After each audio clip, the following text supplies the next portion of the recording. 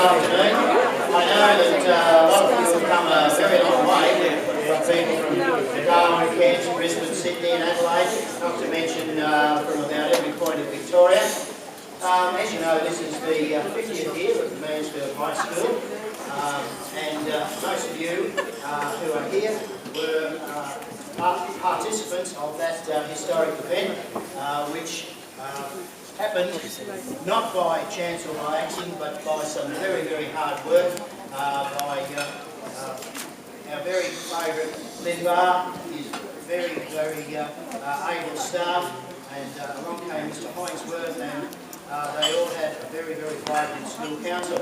Now, I know that there's quite a few of the staff here today, and I wonder if you could just indicate to everybody as I call your name. We've got, of course, Lynn and Dawn.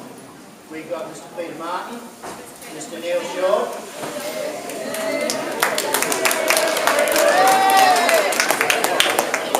Jamie Hawkins, Rosemary Kerr,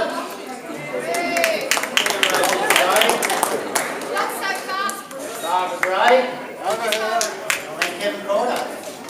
Is there any other staff member on this? Oh, Rosa.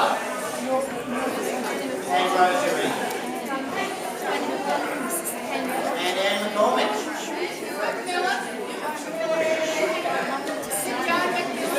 Joe McMillan, yes, yes. So there's a lot of teachers here, and that's really, really good to see. As you may well know, Lynn came as senior master down at the old HES, and Bill Brown was the principal of the HES, and Lynn put into gear quite a remarkable transformation of that place, which led to it, of course, being declared a high school for the following year, and Mr Keith Llewellyn being appointed. Unfortunately, Keith's health hasn't allowed him to attend today. Keith, beg your pardon, please. Mr Keith Hines. You know, when Lynn arrived at the school, he had this funny little green Austin A30, little double car, and it saw some wonderful service. Lynn was very keen on his cricket. He was playing at the recreation reserve one day.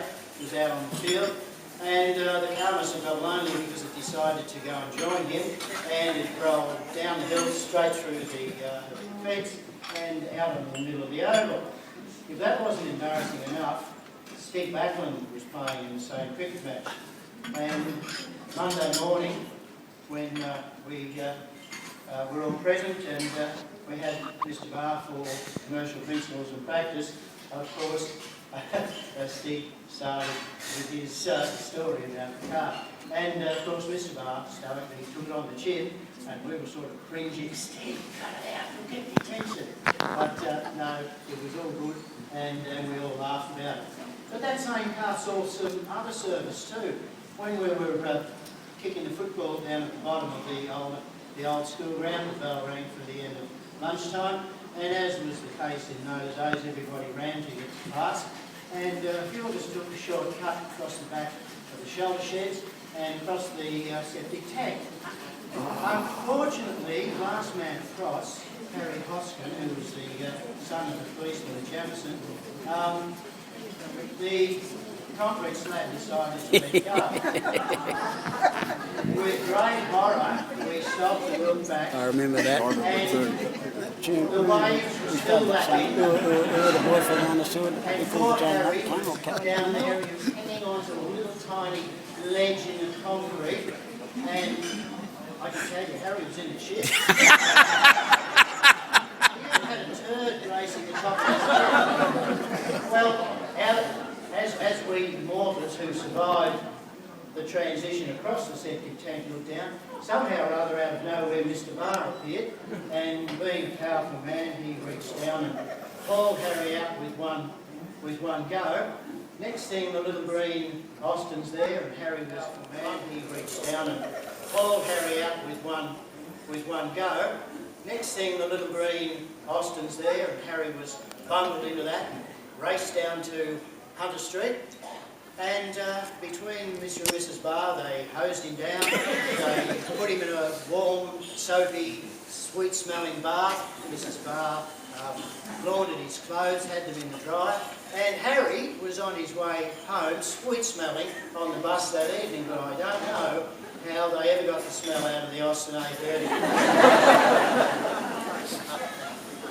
Enough from me. We have here, among other, the visitors book. Please make sure you do. There's also a sheet there if anybody wants to